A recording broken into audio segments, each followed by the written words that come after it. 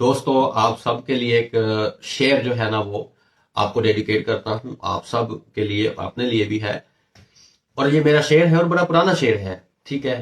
شمع علم سے طبیعت میری مانوس ہو، میری زندگی یا رب مثل فانوس ہو۔ بے علامہ اقبال صاحب فرماتے ہیں، عمل سے زندگی بنتی ہے، جنت بھی جہنم بھی، یہ خاکی اپنی فطرت میں نوری ہے نہ ناری۔ تو دوستو انسان جو ہے نا وہ کچھ بھی نہیں ہے، انسان کے پاس جتنا مرضی حسن ہے، جو بھی ہے، علم ہے، کچھ بھی ہے، لیکن جب تک وہ عمل نہیں ہے نا وہ کوئی فائدہ نہیں ہے اس کا، بلکہ وہ وبال جان ہوگا قیامت کے دن۔ اللہ تعالیٰ حساب مانگے گا، تجھے یہ علم دیا گیا تھا، تو نے عمل کیوں نہیں کیا؟ جو جاہل ہوگا نا، جس کے پاس علم نہیں ہوگا، اس سے یہ سوال ہوگا کہ تم نے علم حاصل کیوں نہیں کیا؟